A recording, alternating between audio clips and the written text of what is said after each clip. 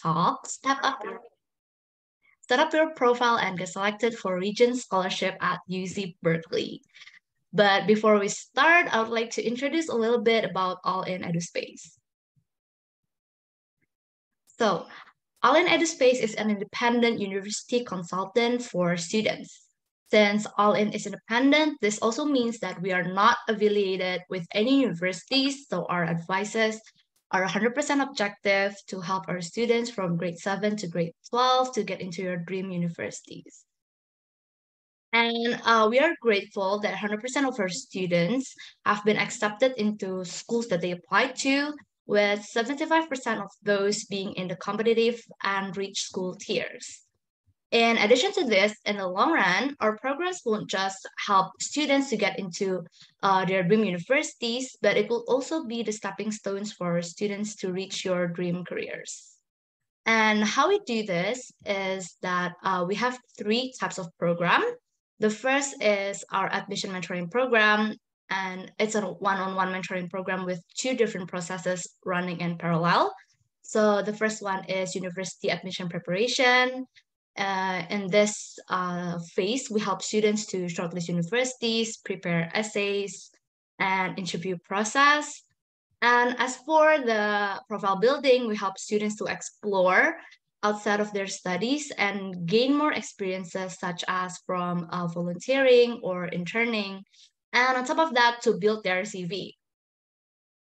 The second program is our experiential learning, because just getting into a good university is just the starting point. Here at All In, we want to make sure that students are able to gain as many experiential and hands-on experiences as possible before they decide which major and career path that they want to choose. And that's why we have programs such as the Global Immersion Program, separated into three types of focus: the business focus, our business immersion program, and we also have our science research program and community empowerment program. And lastly, for students who need extra support in academics, we also have our academic tutoring and standardized task preparations.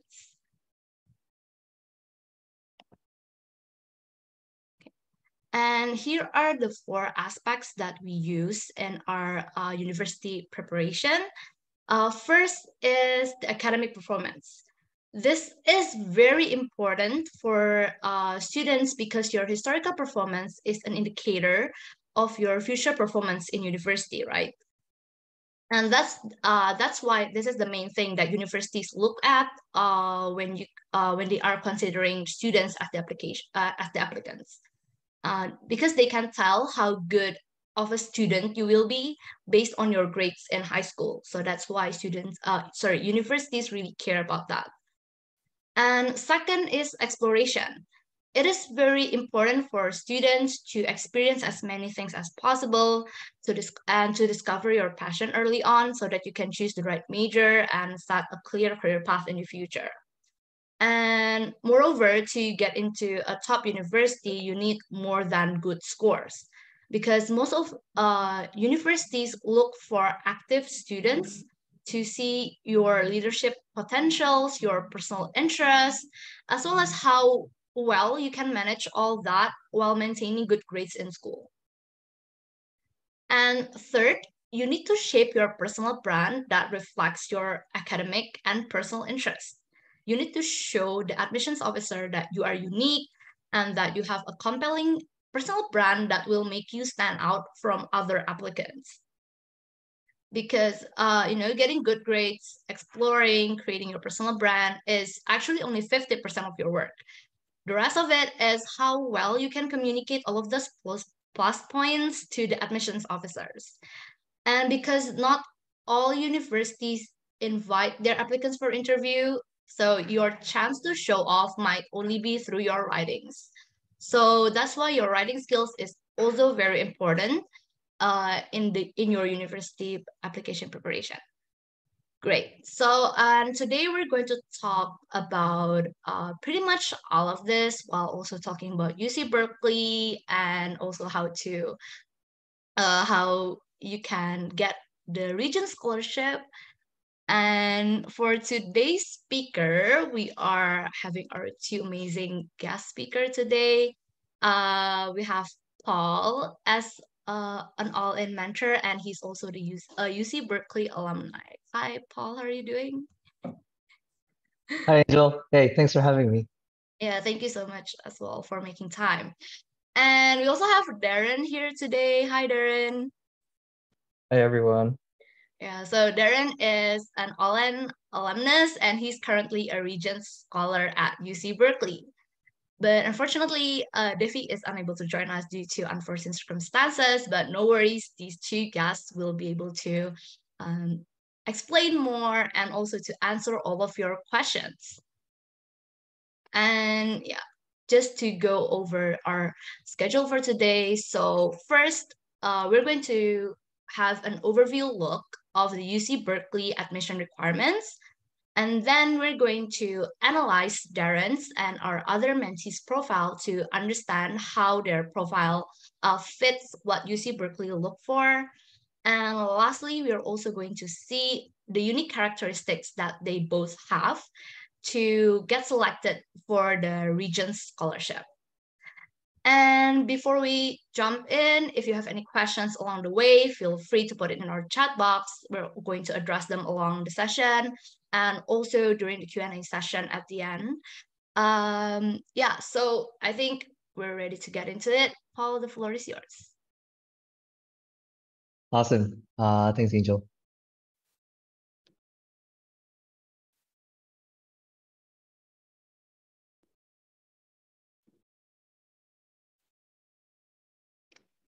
Okay.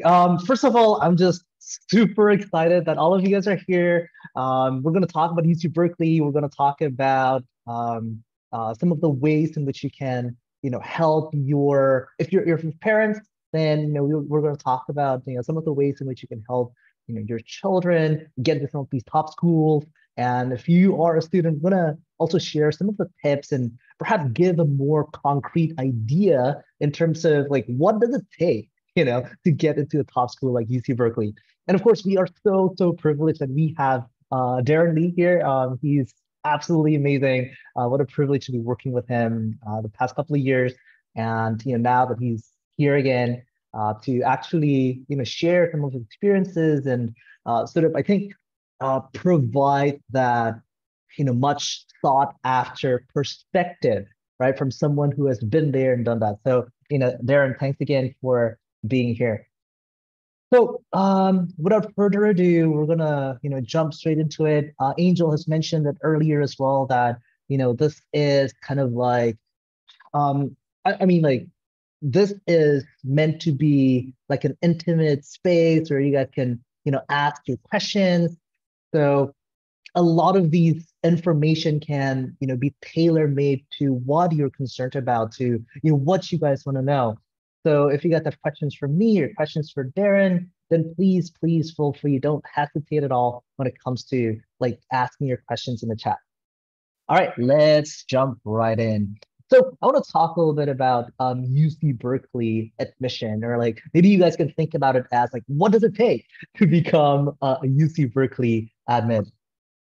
So these are actually some of the things that UC Berkeley writes on their website. But what I want to do for the next couple of minutes is to sort of really unpack that in a way that hopefully is easier for all of us to understand. So UC Berkeley and like the UC system overall uses this what they call like holistic requirements or holistic assessment in order to assess the suitability of their applicants. So what does that mean? So basically they're looking at more than just your academics, even though your academic performance is still very important. So point number one that I think like everyone should be paying attention to if you're applying to UC Berkeley or if you're thinking of applying to top schools like this, then you want to make sure that you look at how rigorous or how difficult, how stringent, how competitive some of your courses are. Some people think that, oh, well, I mean, I'm taking like IB or A level, but I'm gonna take like the easier classes.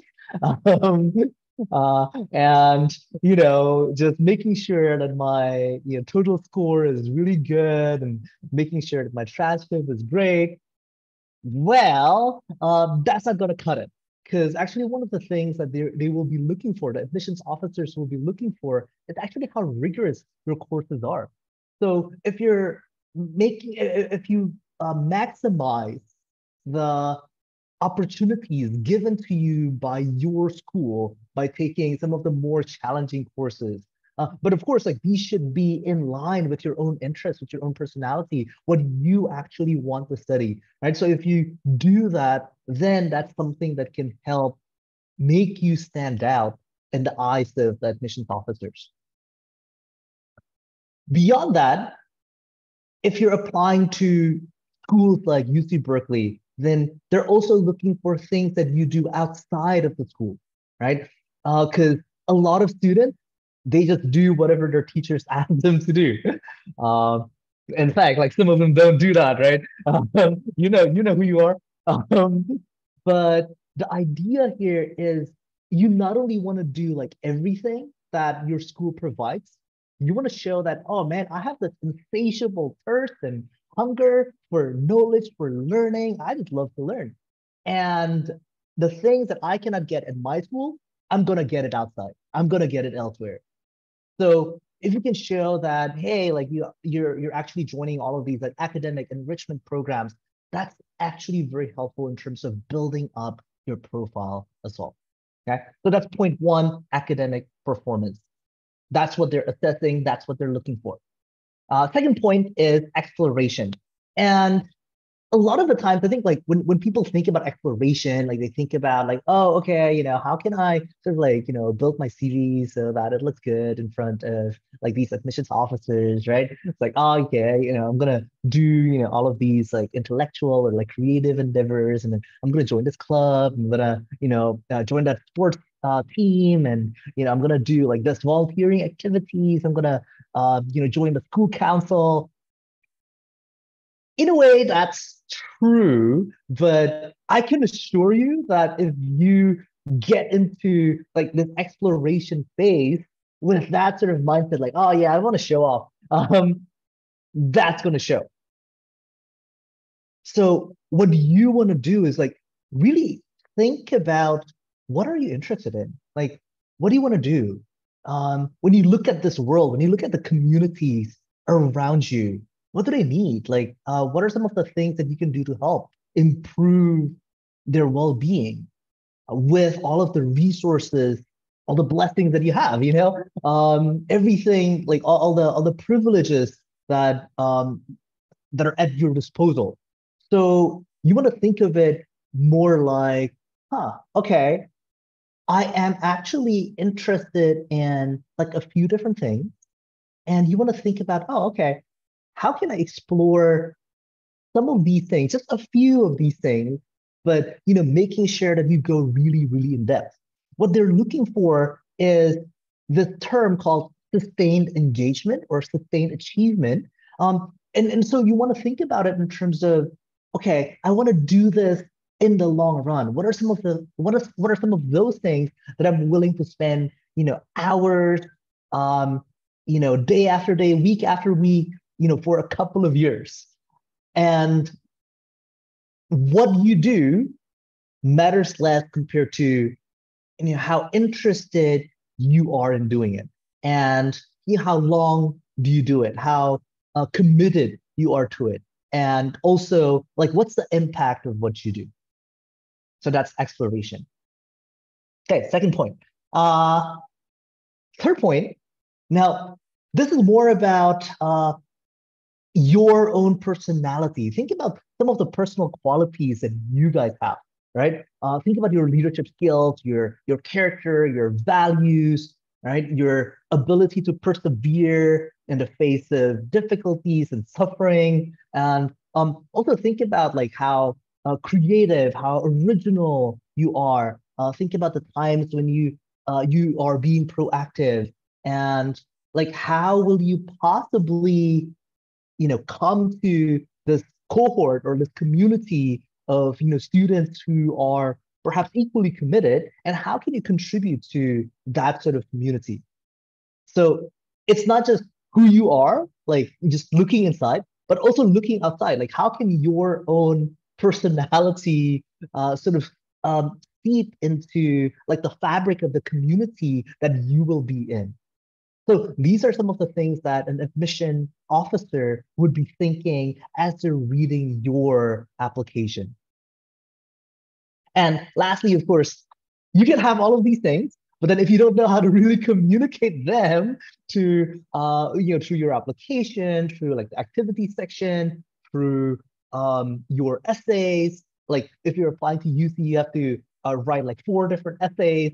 And so making sure that you know how to strategize and how to show like different aspects of yourself while remaining consistent to your brand, to who you are, to your skills, to highlighting like what's so unique, what's so amazing and wonderful about you. That's going to be really, really key. But if I can summarize, I think the entirety of like everything that I've just said, UC Berkeley, and this is like actually coming from like our talks with like UC Berkeley admissions officers.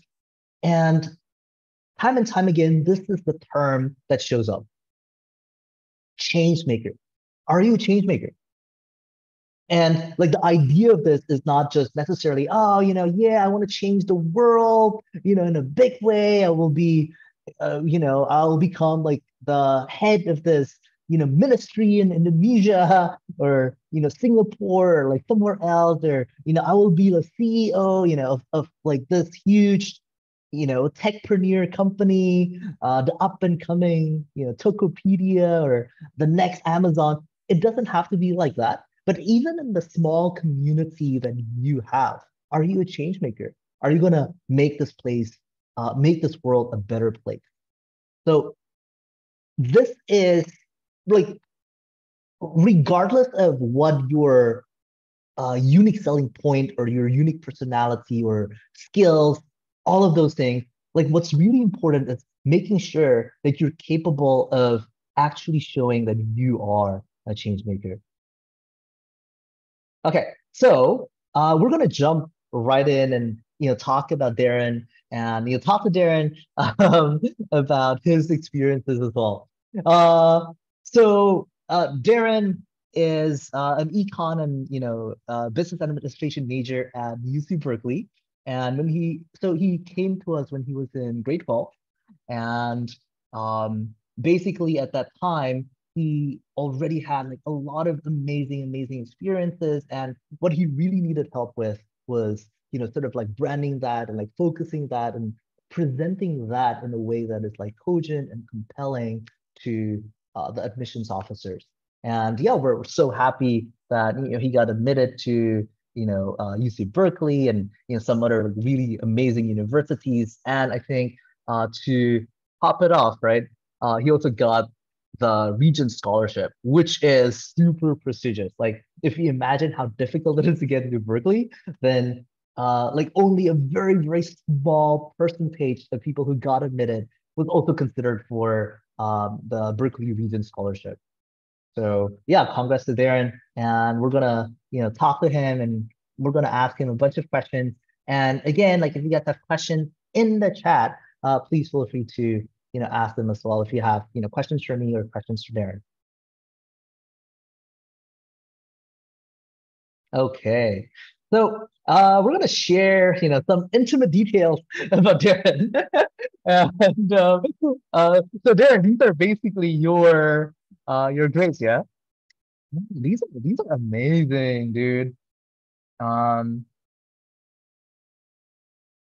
I don't want to be like nitpicky here, but like you can tell that like all of these are like really good, but there's something that perhaps like there's a particular subject that um like where you're performing a little bit differently, right? And like I can see that, oh, okay, like amidst all of these like sixes and sevens, here you have like a 5 in econ here and like a 5 in English A here. Uh, Here we see, however, in your predicted scores, like when it comes to um, like your econ score, like you absolutely crushed it, but you actually got a 5 in your English A. And so this is interesting, right? In the sense that like we know that you're obviously like a very strong student. You're not a perfect student, and it doesn't take a perfect student. That's not what they're looking for. They're not looking for like, oh, academic perfection. Um, Although like this is very, very amazing. So Darren, maybe like what I'm wondering, and maybe a lot of our audience, they're wondering about this as well. So what are some strategies that you use in order to manage your academic workload and making sure that you stay organized? Yeah, sure. So for me, I think one of the most important things that I had was just time management. I had from a very Mm, young age, I was built into the habit that when I get work, I should do it immediately. But wow. that doesn't mean that you should like finish it all in one go. It's sort of like you should sort of like break it apart every single day. So if it's due 1 week from now, you would do like a paragraph every single day. And Mm. that so that strategy, I was able to like manage the workload between like all of these different classes because I will say that the IB workload was horrendous, but because I was able to day by day, it was more tolerable and it gave me like other time to like do other things beyond like academics. Mm. So a lot of students, I think, have this question about like motivation. Like, how do you stay motivated to make sure that you keep up your academic standards and like you keep up doing that, like daily paragraphs and like, making sure that you stay on top of everything on a daily basis. Yeah, so I convinced myself that I liked what I was doing. I mean, Mm, like these classes, they weren't like my classes that I went into. So how it went was that mm, I initially took chemistry HL, biology HL, but then like after a semester, I didn't really like them and I switched them out for business and economics and Indonesian. I mm. initially took Chinese and I switched to Indonesian. So this was not all like smooth sailing Yeah, from the get-go, but yeah. that was that's also linked to my motivation because I did not have motivation for those classes. I felt it Mhm. was necessary to switch to different classes because I felt like I could give more because I was more motivated to do that. I Mm. won't lie that there were classes like Indonesian, for example, which I struggled to find motivation. And I Mhm. convinced myself that if I do really, really well in this class, I never have to take it again. And that is the case because I did so well in Indonesian back in IB, I never have to take like a foreign language ever again, like throughout Uh, university uh, college. I tested out of it and everything. So it all turned out great. yeah, yeah, yeah. Oh man, I love that. There are so many good things about what you what you just said, right? I think I really like what you said about like um being motivated by like focusing on the things that you actually are interested in, like you're genuinely interested in these classes, and that this is not like a smooth sailing, right? Like the process of I think like discovering yourself and like exploration is like a recursive process. Like it's something that's not linear, right? And you sort of have to go back and like sometimes it can feel like 3 steps forward and like 2 steps back kind of thing, and you sort of like adjust on the go. I love that. I also like that you said that um, there are like you have like a good balance between yes, I love these classes and I'm not in love with these classes. In fact, I'm struggling with these classes, but I know that they're going to pay off in the future. So I think keeping your eye on that like distant horizon is actually really important. Yeah. Wow, that's great. You talked about, your academic journey not being like a smooth sailing. Honestly, we can't really see that from your scores. But like, I'm sure there were times when you struggled academically. How did you like overcome those struggles? Yeah. My main advice to everyone would be that everything is a journey. I when I started off like the IBDP program, I started off in like the low 30s.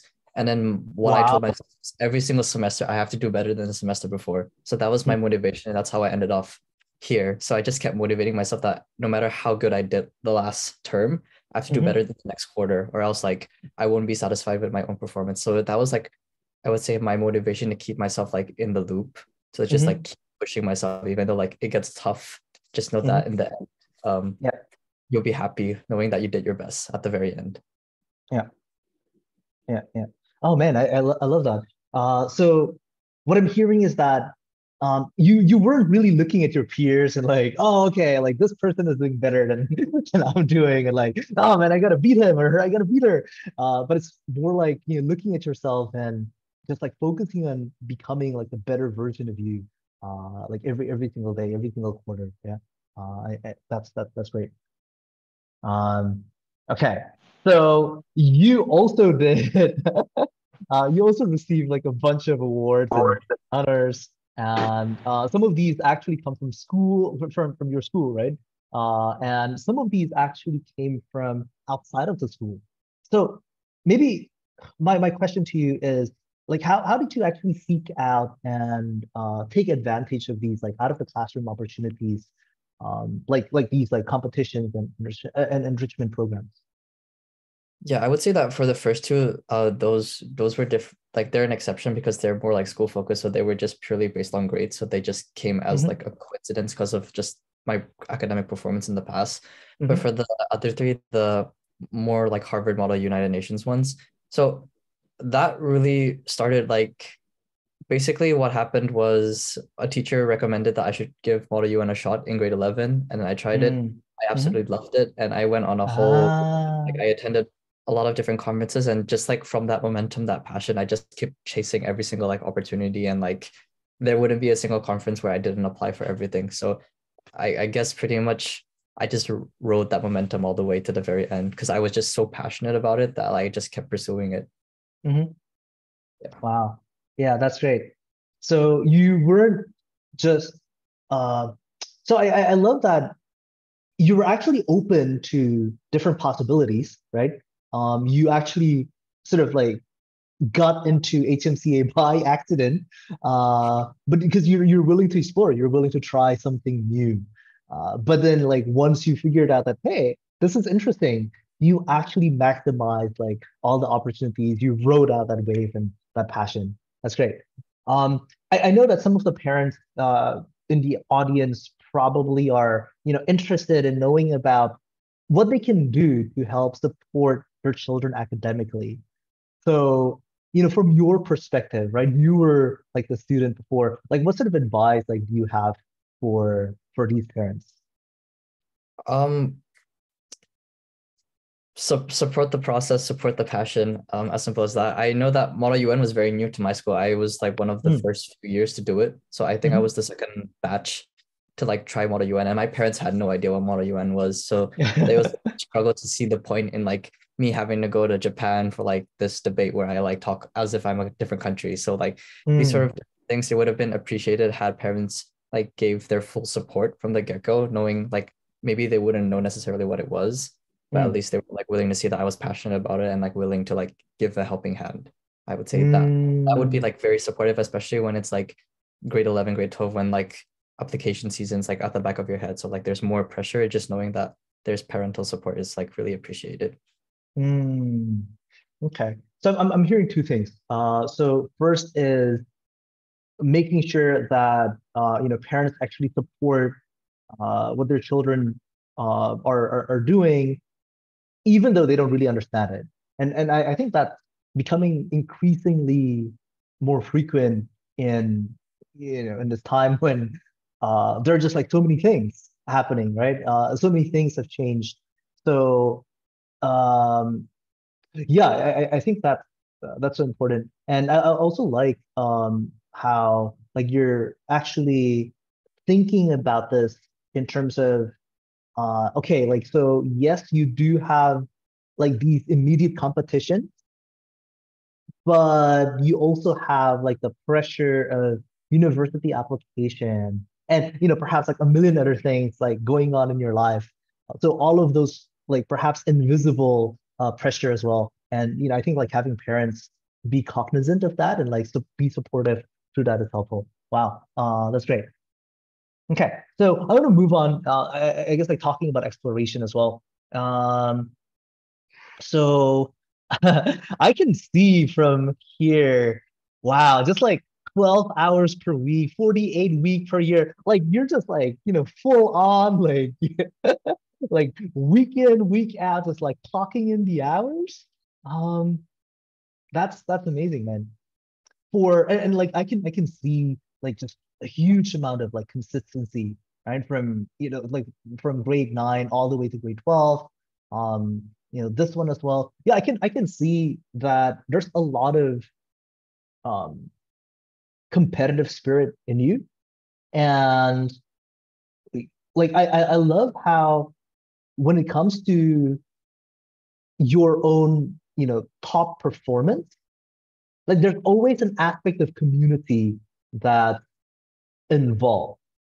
Like here, you're not simply good at swimming, but you also became an assistant coach and you help your juniors to do real well, right? And here, not only were you, amazing and at drums or like, playing classical guitar, but you're actually using that to actually raise money for other people. And we see that same pattern repeated here and in your role as the vice president.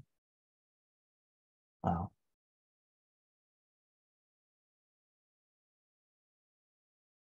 Okay, you mentioned about like MUN. Yeah, so this was mostly in grade 11, but you can see this is like a lot of weeks and a lot of hours. Again, that idea of that sustained engagement. Yeah. Uh, yeah. I can see like if I were an admissions officer, like I can see that, oh, okay, you're actually very passionate about climate, again, like that idea of like the change maker. And then with your debate experience, I can see how you might be able to communicate that effectively. Maybe my question to you is this: how did your like extracurricular activities actually align with your own personal interests and passions? Oh, that's a great question. Um, I I would just say that it just all came from different reasons. So the swimming, from a young age, I was always a swimmer. Mm, For the student council, I was always interested in helping community, and I guess that's also how it happened with mm, all my other activities, like why I have this sense of like really wanting to build a community. I would mhm, just say they all pretty much sort of started from like my need to build communities from a very young age. I felt like because mm, actually I moved from Australia to Indonesia, I struggled to find communities. So I had that personal desire to create communities within different fields mm. themselves. So it's really funny seeing things like 2 years ago and I'm saying, oh, this was me in high school. But I can see the trend. Like everything becomes more clear and I can see that how back then I really wanted to build communities out of like every single group that I was a part of, and Mhm. sort of aligned with like my personal story and also my like personal journey. Yeah. Yeah, yeah. So like when you were planning and when you were like engaging in all of these activities, did you know what you wanted to major in? Like was it like, planned and calculated to produce like a particular, image or that kind of thing? Uh, so I before grade 11, I was on a pre-med track. I wanted to be a doctor. Grade 11 Wow. changed Mhm. completely after I discovered Model UN. Mm, I wanted to do international relations, but mhm, then as like that was also the path that I chose when I went into like with the whole application cycle. Like when I applied to all the colleges, I also said that I wanted to be an international relations mm, major. So mhm, I would say that, but when it came to these experiences themselves, I didn't necessarily choose them because of why I wanted to go into that field. They just happened to come because I was passionate about them. So I would mm, definitely say that linking your personal passion to your major is important, but just knowing that those personal passions are passions that you have like genuinely, not just for the sake of because this is a field I want to go into and study, but it's because something I'm mm, passionate about in the moment. mm. Yeah, yeah, yeah. Wow. Yeah, I think that's really important. I think a lot of students that I talk to, they have this mindset still of like, oh, I really want to go to this particular university, or oh, I really want to, major in this. And so like they sort of like mold everything, all of their like personality and like interest and activities, just trying to impress like a particular university. And like I can see that with you, like that's not the case. right? Like you're just like, well, this is who I am. Like these are the things that are important to me, like community and like being rooted there, like building that. And I think that passion, like you can really see just like seeping out, just like overflowing, out of you. That's great. You also did a lot of like volunteering, like a lot of like education related stuff. Like you were, tutoring students and um, you're, also like building all of these like libraries and orphanages. How do you like manage like all of these activities? Like how did you like prioritize like, oh, okay, I'm gonna do this on top of that, and then like this one is lower in the priority run. Like how did you do that? Again, passion, as simple as that. I feel like, Mm, but I would also acknowledge that I came this was during COVID, so there was pretty much mm, besides staying at home. But mhm, I felt that when I was passionate, sort of I would make time for the things I was passionate about. So sort of like I delegated my priorities. So I knew that I had to obviously do academics and schoolwork first, but I mhm, delegated that bit by bit so that basically if school ended at 2 p.m., I would take a mhm, small break and I would probably do homework and everything and have dinner and be done by 6. And then basically from 6 until when I sleep, that was my free time to do whatever I wanted to do. So I mm, dedicated that time to like the things that I was passionate about. And that was mm. like this. So that was my strategy. Sort of like Yeah. I knew that I was passionate. I knew that I wanted to do it. So I made time within my schedule to make up for it. And I would say that there were a lot of weekends and a lot of breaks when I should have taken breaks or like gone on holiday, Mm. but instead I chose to stay home and like just continue all these things that I was really passionate about. Wow. Okay. That's really amazing. Did you face like challenges or I'm sure you did. So like how did you like overcome like those challenges or obstacles as you were, going through like some of these things? Because like you had like a very packed schedule. I don't know if like your answer is just, well, passion, or like, did you have like also some strategies? Like what happens when your passion has failed you? Yeah, so that's also part of life itself. Mm, Sacrifices are definitely necessary. mm, One that I can think of on the top of my head was with my rising interest in Model UN, as well as my like mhm, interest in my own nonprofit and like all these like other climate issues and things that I was really passionate about. I had to mhm. sacrifice swimming, which was something that I was really into for a very long time, and I went Wow. from an active swimmer to more of like an assistant position. And the same happened for student council. I went from president to more to an advisory position. So I made Mm, sacrifices in like those roles to make up for like rising passion. So mm. that was my strategy. It wasn't as simple as, oh, I'm passionate, I can do everything all at once. No, I had to make tough decisions like, oh, I had to like sit down with the coach and tell him, oh, I can't be as active as I was. I can't come to practice every Mm, single day, like twice a day. That's mm, anymore.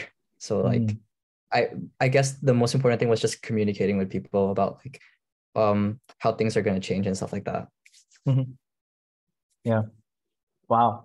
Yeah, thanks for that. I think that's very realistic, yeah. In the sense that I'm sure there was a lot of like, expectation as well, like coming from your coach or from like other people and like being able to have like those tough conversations and making those tough decisions. Yeah, sacrifice I think is like a very apt term.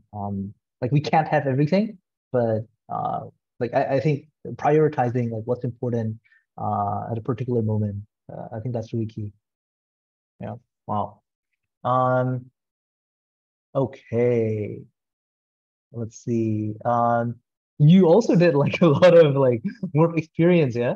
Um, so out of these, was there like a particular like work experience that was like life changing, for you in the way that like HMCA did? The one that I can think of right now would be tutoring. Mm, I just thought that it was a very interesting work experience because not only was I sort of in a position where I could use what I've experienced to help others who haven't gone through mhm, the process yet, or more of like my ability to share my experience and help like other people prosper in fields that I wish I had prospered had I known this. So I thought that mm, like that was like my most eye-awakening experience because I was able to like really see things from a different perspective and sort of like really like that was also like my motivation, I guess, because for these other two positions, I would say that they just came with the job.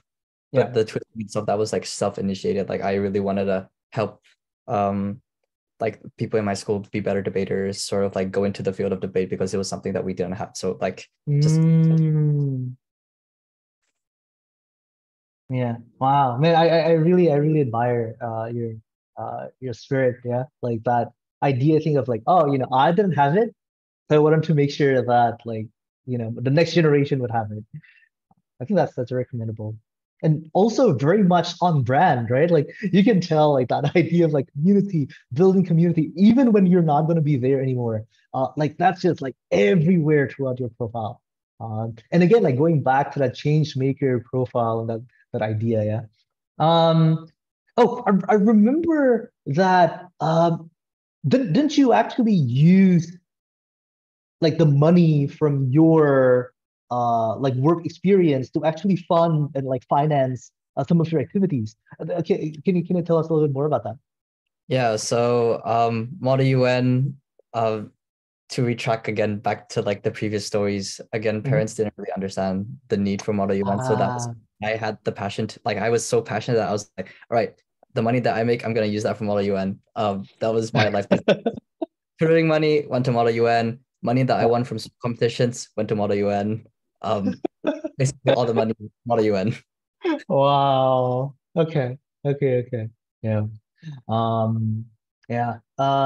And I think like from that, like you can really see that idea of like perseverance, like really showing up. Like you're not someone who just takes a no for an answer. And this is something that you're really passionate about. You're like, well, I'm gonna do everything in my power in order to do it, in order to get it. Yeah. Wow. Mm, yeah. We actually have a question from someone in the audience. Um, let's see. Okay. Hi, Paul and Darren. I would like to ask, so my daughter is quite active. She performs in her school theater, involved in NGOs. How can she create a personal brand out of her activities? How can parents help in this process? How to work with mentor? Oh, that's great. Because this makes like the perfect segue to our next section. We're actually going to talk about personal branding. Um, so yeah, so the idea is that when you are developing your like your profile, like you want to think about like eventually how to package that, right? You want to be able to communicate that in a way that looks natural and like it's not as if you're trying to force and like pigeonhole and like bent out of shape over like trying to fit into like a particular university. So yeah, like when it comes to like UC Berkeley and that idea of like wanting to be like they're looking for change makers, right? And not just like making your brand like fit that, but really like show this authentic self, like this genuine persona of who you are, and like have that match up. I think that's so important. So yeah. Actually, Darren, like, do you want to like field this question first? Like, so for someone who is like already active, performing in all of these like like performances, theater, NGO, and all that stuff. Like, how can someone like that create a personal brand? Yeah, so I would say the most important thing is be able to tell a consistent story because from the previous slides, we were able to show the activities. That was sort of the more quantified, summarized version. But the main part of like the application process where like applicants are able to like really expand on what they want to talk about is the essays themselves. So I was able to talk about my brand, which was about perseverance and everything like that. I would say that my recommendation would sort of be just understand what the main message was, like what was the main struggles that came when joining these sort of activities, what was the main like learning point that you were able to develop from those challenges, and then how can you tell a story out of that. And as a parent, I would just say, just throw ideas left and right until we find something that works. Because I know from my personal experience and with All In, my personal brand took about maybe like 10 different calls. Like it was not that I wrote 10 different essays, and then we finally got one that worked, and that was like perfect. Yeah. Can you elaborate a little bit more about like those calls? Like what went down on those calls? Like what was your like personal brand journey? Yeah, so it started off with just listing down the different activities I did, how active I was with my all-in mentor. And then from that process, we were sort of like able to like prioritize which ones we wanted first and last. And then the next step was to then like we'll choose like one essay to write. Maybe it was the UC essay or the Common App essay. We're gonna take it one step at a time. So we did that first. And then from that one essay, we were able to like slash and retry again, slash and retry again, slash and retry again until we got a really strong story, because that was the most important part. So once we were able to get that strong story, then I was able to like expand that branch, sort of change my activities to reflect that story. And then like my other essays sort of reflect that as well. Well, not just reflect that, but also like supplement it. So it was about perseverance, but not just perseverance in Model UN, perseverance in swimming, academics, and what I want to study, sort of like how I want to help the world, like able to expand that later on. Yeah. Wow. So it seems like you were showcasing like a lot of different aspects of yourself. So like you seem really 3D, like a three-dimensional human being. But there's that consistency of like message throughout like all of these. Yeah. Wow. Yeah. We have another question. Darren, impressive CV. Congrats. Did you start with Model UN in grade 11? What is so special about Model UN? Oh, this is HMCA, which brings you to high motivation. Like, how did you get so, like, how did you figure out that, oh man, I'm actually really interested in that? Yeah, so I did start in grade 11, really, really late. I think I started in October of grade 11. What made me so motivated about it was just, I think the idea of role playing different countries. So I thought it was very unique. And then when I did the conference itself, it just felt very natural to me. That's why I was so motivated about it, because when I was giving speeches, or even when I had to speak and I didn't have a speech, I was able to like, it was sort of like my personal ability to like be able to like articulate my thoughts really, really well, and sort of like be passionate about the fact that we were all different countries and we were all passionate about solving one issue, even though we had different conflicting ways of how we wanted to do it. We were still like open to like talking to each other and negotiating like a way that works for most of us. So that was like my main motivation, because it made me really optimistic about what the world could be. So that was why I was really passionate about it, because that is how I really see the world. I want to be optimistic that one day, at my generation, we can hopefully change the world. So that's why I was like so passionate, because like this is sort of like building towards like what the future can hold for us. Yep. Okay. Again, like even from what you were saying just now, like I can hear again like the echo of that like community, right? Like you like working with different people and trying to get them, like bring them together. And there's also perseverance, like, oh, okay, you're negotiating through things, and like, you know, those decisions usually don't come easy, but you negotiate, you finagle, like you try and get things done. Oh, that's great. Okay, so a lot more questions over here. We'll try to answer as many as we can, but for now we'll move on a little bit first. Yeah, so some of you guys are actually asking about like essays and like how do you like if I don't know which prompt to use, or like if I don't know what to highlight from my profile, like how can I do it?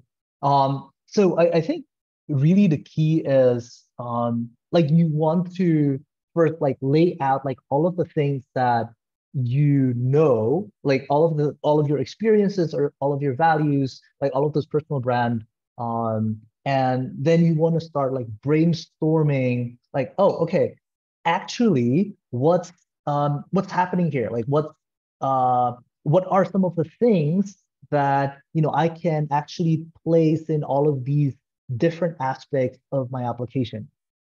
So when you're thinking about your essay, like that's like one specific aspect of your application that can showcase your personal voice, for instance, then maybe think about, oh, okay, what are some of the aspects of my personality or my achievements or my experiences that would benefit the most from being packaged in that personal voice.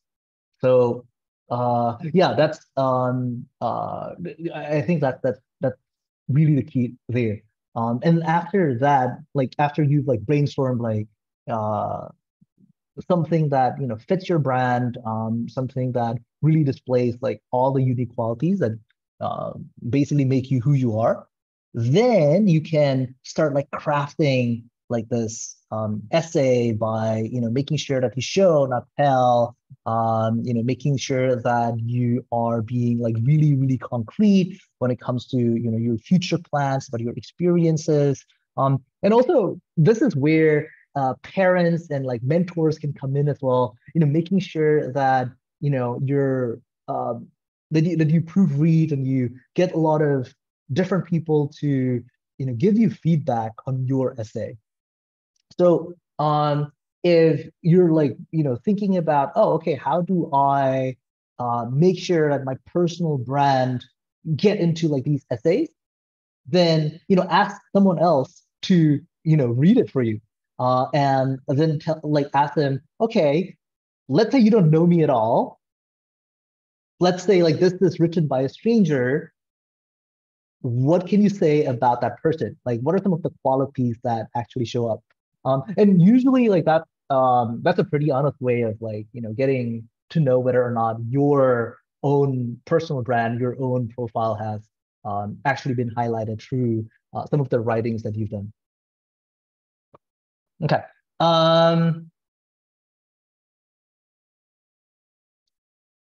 Okay. So Darren, like when it comes to your own essay, like what was the process like? How did you go about actually like selecting like the prompts and brainstorming and like doing the outline process and processing through the writing journey? Yeah, so my first essay was the Common App, just general 650 word essay. I think every single year there's maybe eight prompts that we can choose from. And basically I went through every single prompt. I threw ideas for every single one of them. And then I consulted a lot with the All-in mentor until we finally got a brand. And then we felt like the prompt that best fit that brand was the Common App, make your own prompt one. So that was the one that I chose. The approach that I took was I wanted to just clarify like my experiences in the past and like how that built my idea of passion, my idea of perseverance, and how I sustained that until now, and like how I'm looking forward to like continuing that as I move on into college. And then for the prompts themselves for the UC application, those prompts, I guess we were just sort of like choosing different prompts that supported that brand. So for this part, yeah, we recycled basically my Common App essay into like different 350 word four block essays. So I don't think all of them were about Model UN. I think only 2 or 3 of them were about Model UN, but that was where I was able to clarify about different elements. So one was about how I needed to finance Model UN. The other one was about how I grew a passion for talking. And I think the third one was how I saw the world out of watermelons. Like that was a interesting essay to write. Yeah. Yes. It was just pretty much adding up on that, just how I could expand on that one essay into like different mini essays. Yeah. I remember, I think some of your essays are really, really memorable, right? Like as you said, like the watermelon head story, like how basically in order to be less nervous in public speaking, like you tried like seeing your audience's heads as like watermelons. I remember that story about you like dancing by the poolside to like Michael Jackson's Smooth Criminal to encourage your teammates. Those are really great anecdotes. How did you balance like telling your personal story while also highlighting your accomplishment? Yeah, so again, the point of the essay was to tell a story, and I felt that by having these anecdotes, they were real experiences, and I was able to like summarize them in one word, and they were really able to like sort of like not summarize, but give a situation that the reader was able to visualize. So I started off one essay by saying that, oh, I see the world. I see when I do public speaking and I get scared and everything, I convince myself that every single head that I see is a watermelon head. And that way I can see emotion and everything just blanks out and it becomes easier for me. The other one was also about like my goofy tendency to just not really care about what other people think. So if I hear a good song, I would definitely dance and I'll like convince other people to dance with me. Yeah. So I put those anecdotes in just so that the viewers from a get-go already could understand sort of my personality or sort of like how I function as a person and but then from then on I related that to like my own personal brand. So I just used that as like a stepping stone to like gain their interest, and then I would just clarify and relate that to my brand afterwards. Yeah. And I think just like spending a lot of time like revising and making sure they fit and they match, and so I think like starting early and like making sure that you spend a lot of time doing that is also important. Yeah. Okay. Okay. Now this is also something that like a lot of people have been waiting for. They're really interested in this. Again, like the chancellors and regent scholarships, very prestigious. Like just like very few people actually got this. So yeah, like so for like this particular scholarship, you don't actually like you can't actually apply for it, right? Like you're sort of like considered for this as you're applying to UC Berkeley. And yeah, just like a very few number of people actually got selected. Can you tell us a little bit more about your experience with like chancellors and like regent scholarships? Yeah, so I can sort of take that in two parts. The one part about like what it was like applying for it, and the other part like what it is right now as a student. So back when I was applying for it, I can ask every single person in the entire world at UC Berkeley. Nobody knew the scholarship until you got the offer itself. So how it usually works is I believe the top 2% of the applicant pool are selected. So this would be just based on like just the grades that the admissions officers they give when they like read your application. They just take the top 2%. And then from then that's usually about 900 to like 1,000 students.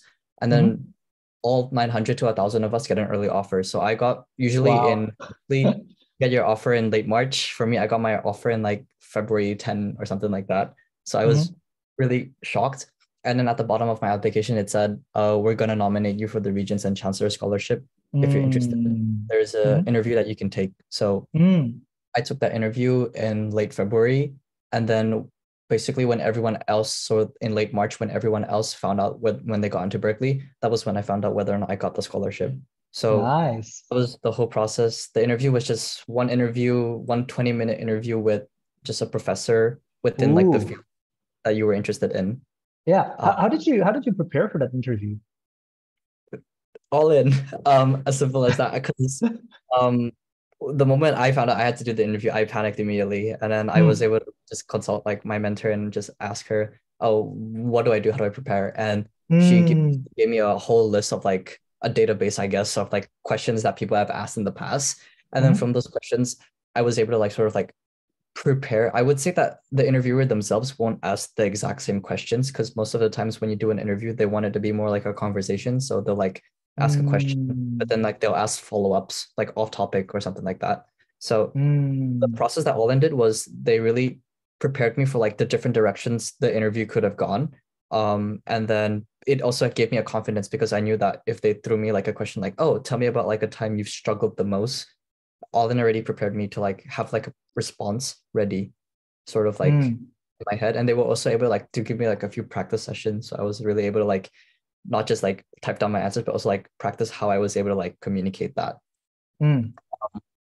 Yeah, I would say that my interview went well because the one advice that I got was that if your interview sort of like naturally goes over time, you sort of feel like good because like the interviewer was invested in you. So that was Yeah. went like I think 5 or 10 minutes over time.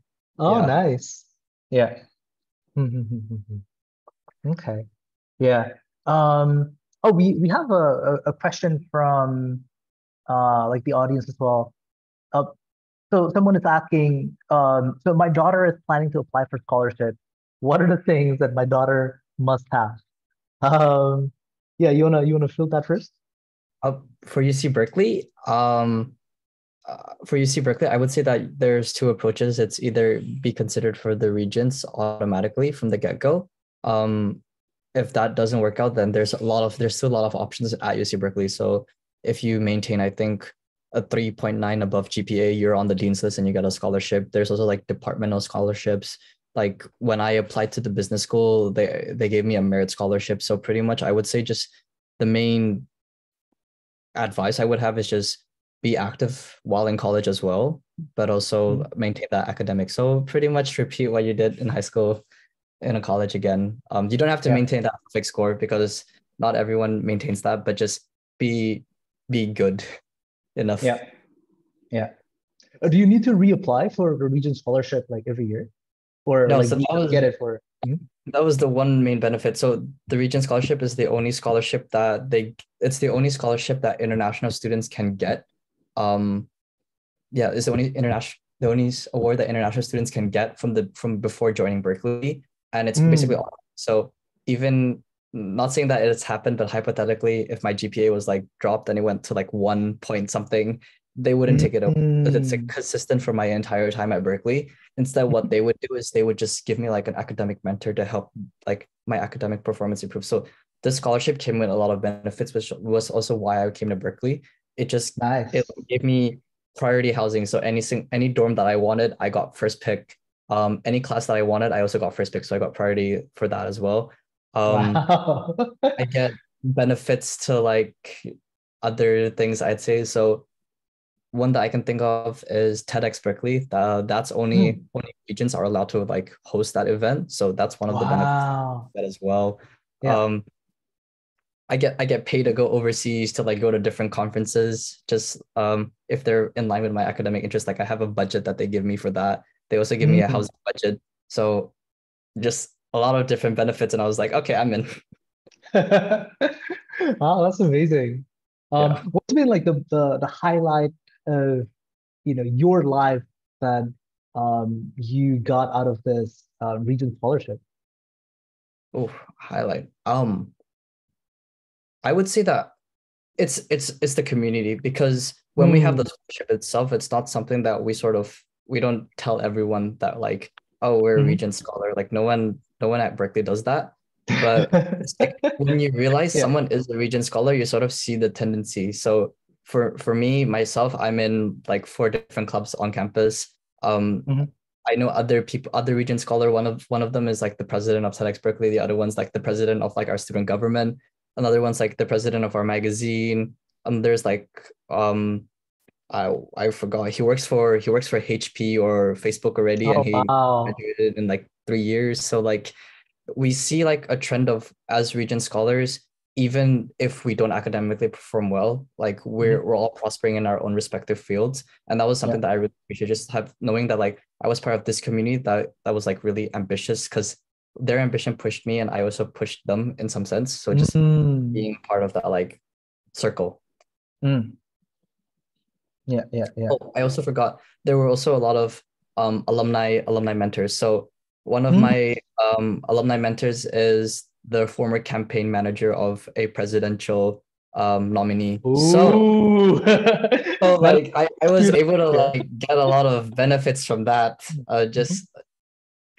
So we also got, every single person gets like a few alumni mentors. So I get, I think, 3 every semester. So in the past, my people have been all over the place. I've had people who've gotten like, they've been like Rhodes Scholars. They've gone all the way to Oxford. There have been people who've worked for the government. Some people worked for like the World Economic Forum, some for the UN, the presidential nominee one, and then just people who worked in like banking, like Citibank and stuff like that.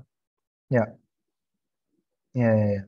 Wow. Wow. I think that's really great in terms of like highlighting just like the importance of actually having like mentor figures like in your life, right? Like I think that's something that like I see quite consistently throughout your journey, like before Berkeley and during Berkeley, right? That you like there are just like mentors who are pouring into you and like helping you with a lot of different stuff. And I think that's um something that like, just like highlights the importance of like having someone to help guide you and maximize the potential that you already have in abundance, but like really showing them and like structuring them and um, making sure like guiding you through like the process to sharpen you. I think that's also really useful. Uh, yeah. Um, Okay. Well, Darren, thank you so much. We have a bunch more questions for you that we'll sort of like address in the Q&A. But for now, we're going to actually take a look at another one of our mentee who actually also got accepted at UC Berkeley, and so this student also got the early acceptance, and which is indicative of her being considered as a part of that Regent scholarship. So with this particular mentee, she's a little bit different in terms of like her interests and like personality also different. Intended major is also different. So she's into computer. She got admitted into the computer science major, and she actually came to us much early. So we had like a few years to work with her, and we identified that she actually needed help exploring her major because she was interested in a lot of different things, from business, econ to design to computer science, and of course, like helping her build her profile as well as like branding and like communicating all the amazing things that she's doing in her essays.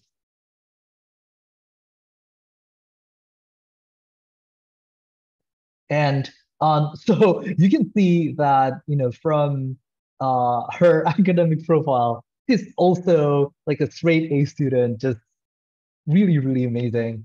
We do see, however, like again, like the idea is, not someone with like a perfect score. Like we can see like some drops here and there.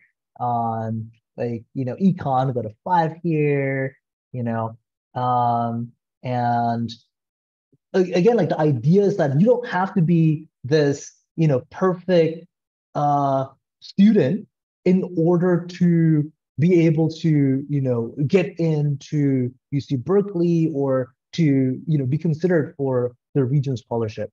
But you do have to show consistency. You do have to show like academic rigors. And you can see that, these are, some of the more challenging courses, right, in IB.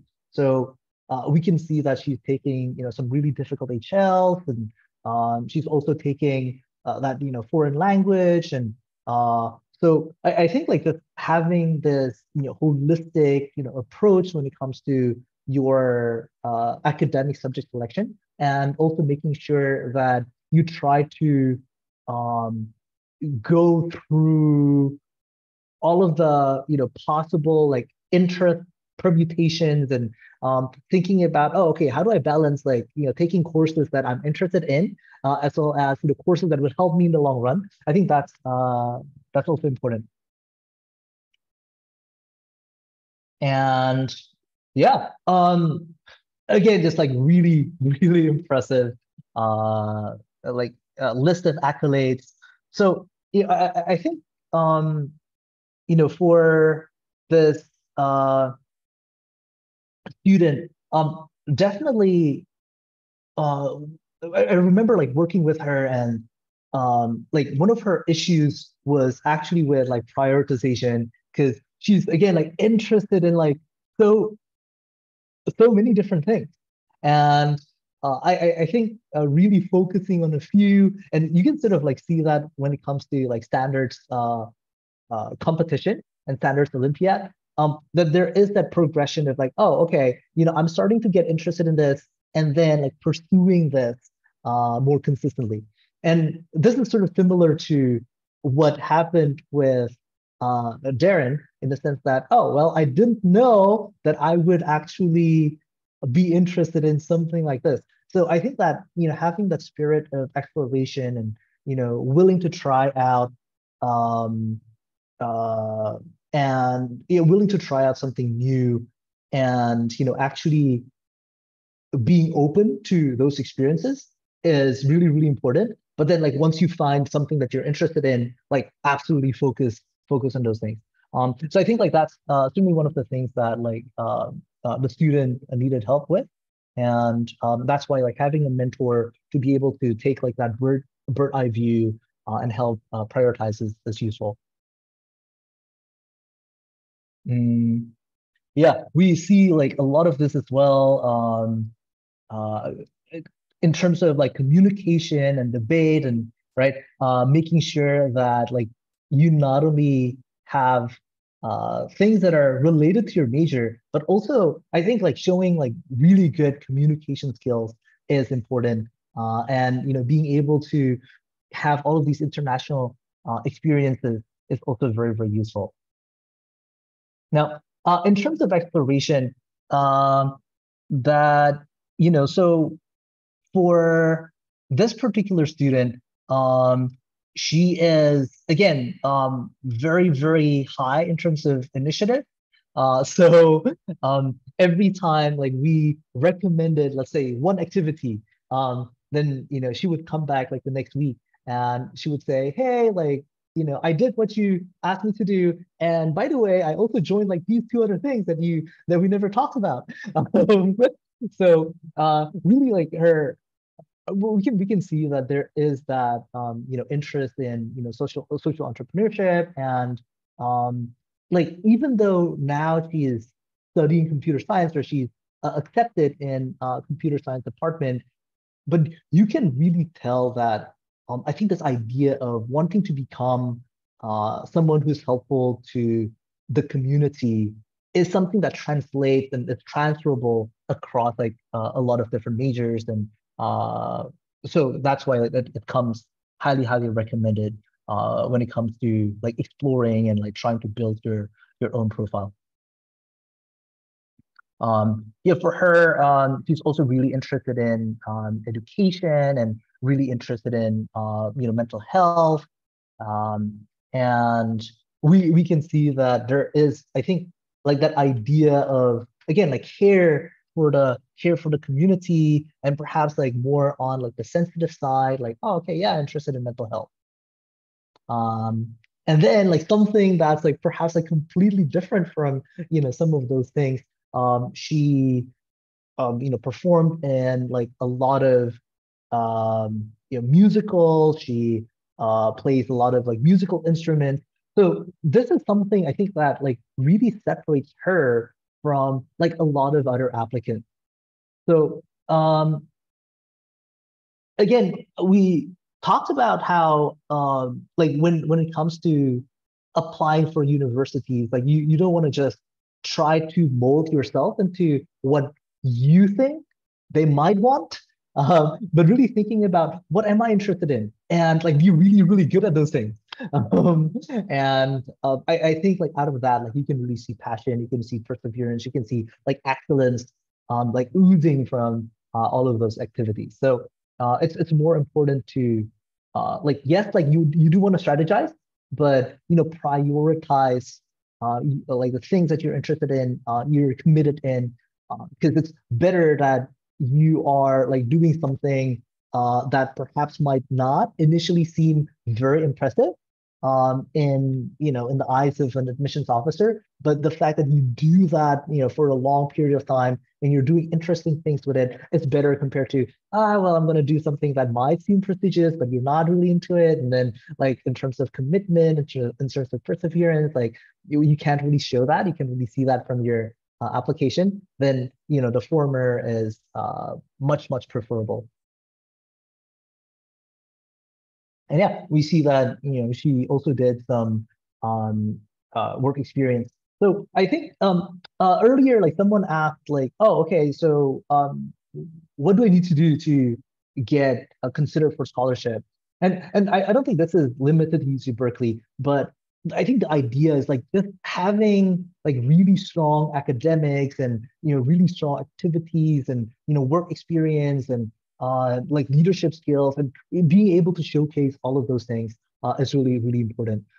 And that's why I think like having like mentor figures in your life, right? Whether it be your teachers, your parents, like your academic mentors, university mentors, like all of those things, to be able to help you balance and like juggle and help you prioritize through the process. That's what will usually make a difference.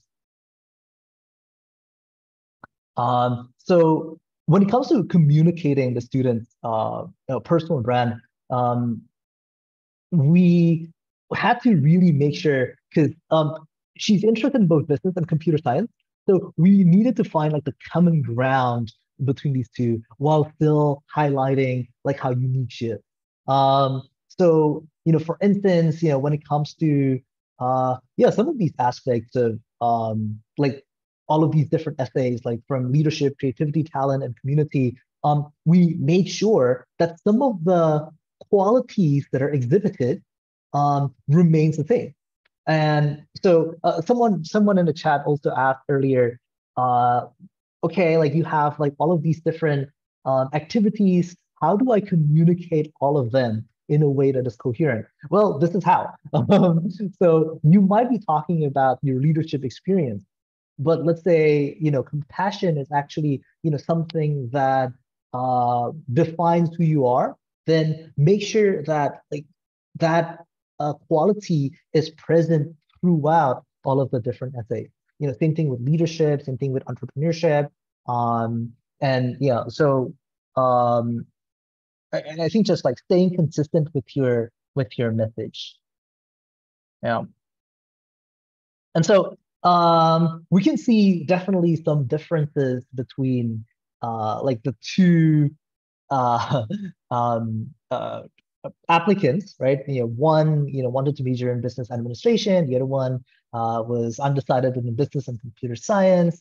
One is defined by like community and perseverance. The other one is a lot more by like compassion and just like quiet and thoughtful and this more I think sensitive like profile. Whereas the other one is like class clown, who's like boisterous, social butterfly, all that sort of thing. So yeah, even though they're different, but we can see that by the end of the day, like maintaining academic excellence and showing like a lot of different diversity in your background and highlighting some of the key skills that you have, and of course like having that outstanding personal brand that fits with Berkeley's like change maker aspect and change maker brand, right? Is also very important.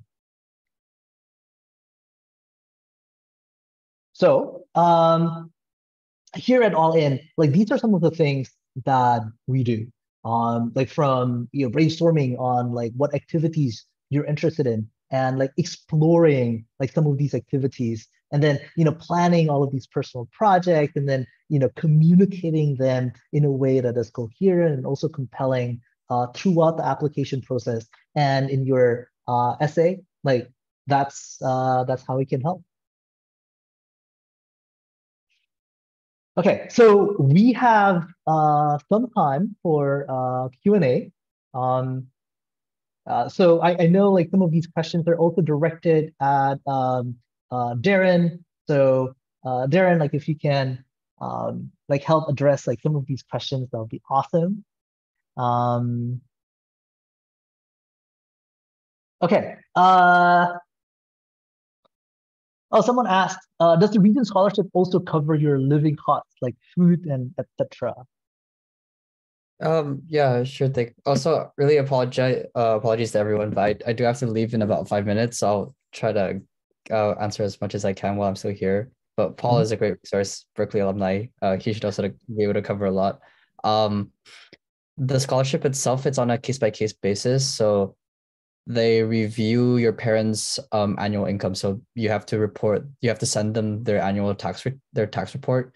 And then from that, they'll give you sort of like an expected amount. But then from that expected amount, you can like also like negotiate with them. So I was able to like tell them like other factors that weren't on the tax report. And then from that, they were able to like just like reconsider like the whole application process and like the scholarship. But on a year-by-year basis, I would say that they don't take away money. If only like if circumstances do appear, then they would probably just increase that scholarship. But for the most part, it's like it's consistent every single year.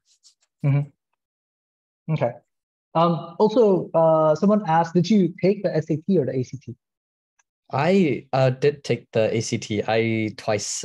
I scored 28 and then I scored 30. So not the best. And that was why I chose to not put them in my application. I would say very glad that Berkeley was test blind, because I would say that it wasn't a negative assessor because I didn't like submit them. It didn't hurt me in a way. Yeah. I think that's one of the great things about like the UC system, that they're test blind as well. Yeah. This is really good. It seems that what you do, Darren, comes from your internal motivation. How can parents nurture their kid growth mindset and internal motivation? That's really interesting, because my parents were very passive. They didn't push me. Everything was all my own ambition. But if I were a parent, I don't know, give it 10 years or so, if I were to raise my kid, I would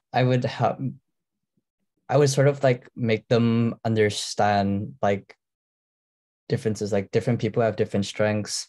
And what's most important is that you're able to like just use your strength and be able to like keep pushing it to the furthest extent. Just motivate them to be passionate about what they're passionate about. Be supportive. And for the most part, I would say just to sort of like engrave that constant improvement sort of mindset, sort of like, oh, you didn't do the best, but there's like room for improvement, and we would really like to see you like improve better. You don't have to do the best, but you should work towards doing the best that you can. Sort of that's that sort of mindset. Yeah. Last question for you. You said that you divided your time so that you can have free time from like 6 p.m. onwards and invest in your projects. So how did you have that self-control and not use all those time to, play games, slack off, etc.? It wasn't perfect. There are still days where I do slack off. Nothing ever goes to plan. How I sort of like try my best to control myself is I have a sort of like a to-do list for every single day. So I put pretty much down what I expect myself to do. So I have a long-term to-do list and a short-term to-do list. So my long-term list is like, oh, this is due in 1 week. Short-term, today you need to do 1 paragraph. So that's how I sort of like motivated myself. Like I made it satisfying to check these things off one by one, because then the faster when I took these things off, I was able to like delegate more time for me to like sleep, play video games, watch YouTube, like those things. Yeah. I think that's really important to see that you're not just like, oh man, I'm gonna do study and then project, but you're actually giving yourself like a lot of grace in terms of actually resting, because that's important as well, right, for productivity.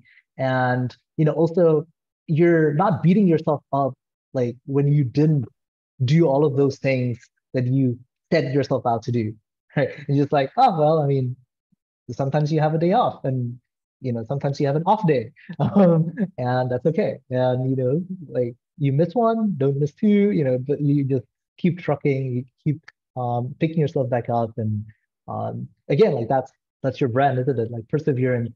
It's not that sort of like, I'm so rigid that like I do everything perfectly kind of perseverance, but sort of like, oh, sometimes things that are unexpected happen, but I'm gonna like chill, and I'm gonna roll with the punches, and I'm gonna keep trucking and keep going. That's really inspirational, Darren. Thank you so much for your time, and just like yeah, just a lot of the wisdom I think that you've shared with us. And yeah, I'd say like all the very best to everything that you're doing now and like what you'll be doing in the future as well. All right. Yeah. Thank you. Goodbye, everyone. Thank you All so right. much, Darren. Thanks, Darren. Okay, I think we still Okay. have more questions to address. We do. We still have Yeah. more questions, I think. Yeah. Yeah, by the way, thank you everyone for all of these questions. Just like really happy to see like the enthusiasm. We're really trying to like answer as many of these questions as we can. And for some of these questions that we didn't get to answer, um, please come and talk to us. We'd love to talk to you and hopefully we'd be able to answer like those questions more personally as well. Mhm. Yeah. Yeah, I think before we address more questions, if you also have more questions, please feel free to put it in the chat box. But I think I would like to make an exciting announcement first. Yeah, so as I've mentioned before, this talk is just our first part of the UC Berkeley talk. And in our second part, we are inviting a very special guest, Mr. Peter Smith. He's the Assistant Director of Admissions and International Specialist from UC Berkeley. So if you or your children is aiming to apply to Berkeley and you want to hear the info directly from the source, you should totally join our Anifast on April 15th. And if you are also thinking to apply to other top universities, we are also inviting admissions officers from top universities in the UK, Australia, Canada, and Asia. And we're just going to give you more tips as well. Yep. Here I put the link. Okay, thank you very much for help. Yeah, this is the link for the registration. Feel free to register there. And for our next announcement, yeah, if you are aiming to apply to top universities, but you or your children are still looking for activities you want to try out, you can definitely join our Global Innovators Project in the summer. So not only that, you will learn about science research, business, or if you want to do something for your community, you can also learn hands-on and create impactful projects. And you can contact us more for this if you want to join us. Okay, wait.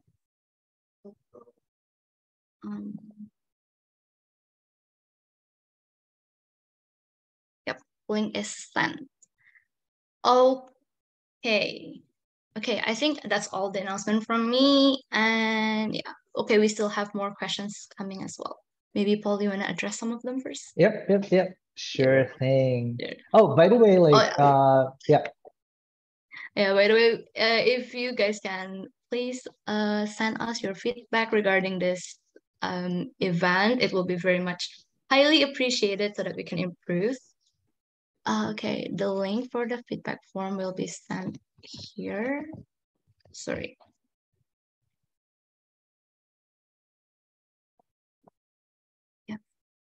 Yep, you can access our feedback form and the link, or you can scan this QR code. Thank you, everyone. Yep. Okay. Yep. All right. Back to Q&A. Okay. Let's see. Okay, we have a question from Diana. To get accepted to computer science at Berkeley, how much coding experience or awards are required? So again, I think this is something that we both have seen from like our like mentee B's like profile, as well as like Darren's profile.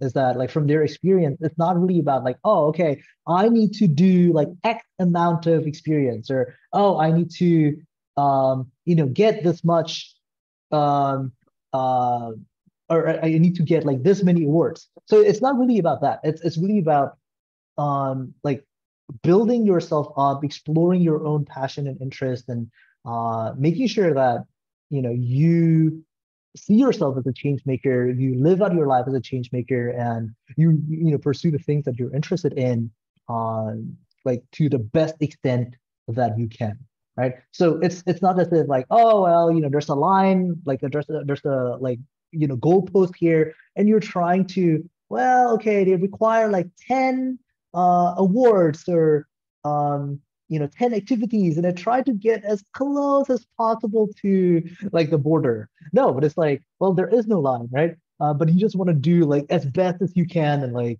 shoot for the stars and like yeah, in a way, like I guess like be true to yourself in that sense. Great.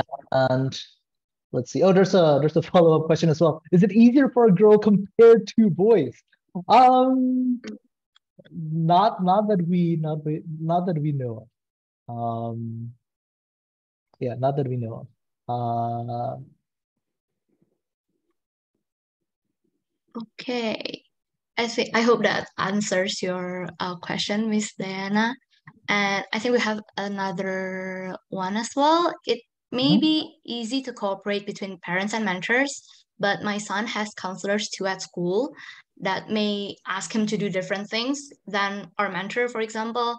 So would it be confusing for the kids if they get lots of suggestions for activities and how to prepare for his application? Sorry. Okay. Oh, that's a really, really good question. So honestly, this is what I believe, right? So it really does take an entire village to raise a child. So of course, getting a lot of different opinions and getting a lot of different inputs is actually helpful. And some of those inputs, some of those suggestions will be contradictory. And I think this is also like why it's important to get like good mentor figures, right? Or to find like good mentors, because like someone who like a good mentor would be able to help actually like the student navigate through all of those different ideas while being open-minded and like not just being like totally closed off, like no, like this is my opinion, it must be right, so it's not like that. But someone who can say, oh, okay, like the school counselor is actually giving some really good ideas. Maybe we don't necessarily have to do it like exactly in the way that they're asking us to do, but this is something that we can like adapt and like transform and change into something else that would fit like the personality, the passion, like the values of the student even better. So yeah, I think that's that's my suggestion, right? Like, and if you get like a lot of activity, a lot of suggestion for activities, that's awesome, like more ideas. So find a mentor who can help you prioritize which activities to actually do and which activities to actually commit to. Great. Okay, I think we have our last question for today. How important is an internship as a high school student and how to get one? There are a lot of different ways. I would say like looking out for opportunities is important. So making sure that you look at the resources and the existing network that you have, whether it be through your mentor, through your parents, through your school, through your own organization, like all of those things. So making sure that you keep an eye out for like all of those different opportunities, like that's really, really important. And placing yourself out there where you get a lot of traffic, like so like it increases the chances of you being noticed. Like that's important because I think one of the most important principles that I'm learning is that if you don't ask, you don't get, right? So just ask people, talk to people about internship. A lot of the times, like when they see like, oh, okay, there's this like high school student who is highly capable, who's highly motivated, and like they want to learn and like they want to contribute to the society, and they might be like a good addition to like this particular industry in the future. Then a lot of them actually love actually mentoring the next generation. And so like finding again like those mentor figures who'd be willing to help you out, like is really, really important. But yeah, don't ask, don't get. So ask. That's one. Two, I would say make sure that you also prepare for your internship, right? So you learn how to conduct yourself professionally. You learn how to communicate professionally. You also improve on your skills. You improve on your you built your CV, write a strong CV, ask your mentor to help like review your CV for you, get a lot of feedback. And I think like just being really, really proactive in terms of pursuing that particular interest and like showing that, hey, I can actually do this job in close to a professional level. And I'm willing to do it for free, or like I'm willing to do it at an intern rate. Like that's usually quite lucrative, right? So yeah, I think just having that attitude of like a self-starter, like self-motivated, and a self-learner. I think that's really like those are really the keys when it comes to getting an internship while you're in high school. Great. Thank you so much for your answers, Paul. I think, yeah, we have reached the end of our session. Yes, thank you.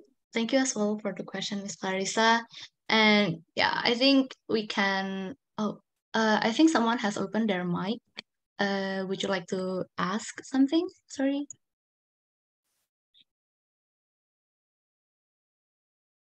No, maybe it's a misclick. Okay, great. Thank you so much as well, Ms. Diana. Okay, I think we can close this session today. Thank you so much, everyone, for coming to this session. Thank you as well, Paul, for the amazing elaboration. And I hope it's very helpful for you guys as well, for the audience. And remember to join us in our Anifest to hear directly from the admission officers of UC Berkeley for more university application tips. Thank you so much, everyone. And yeah, we hope to see you in our next session. Bye-bye, everyone. Bye.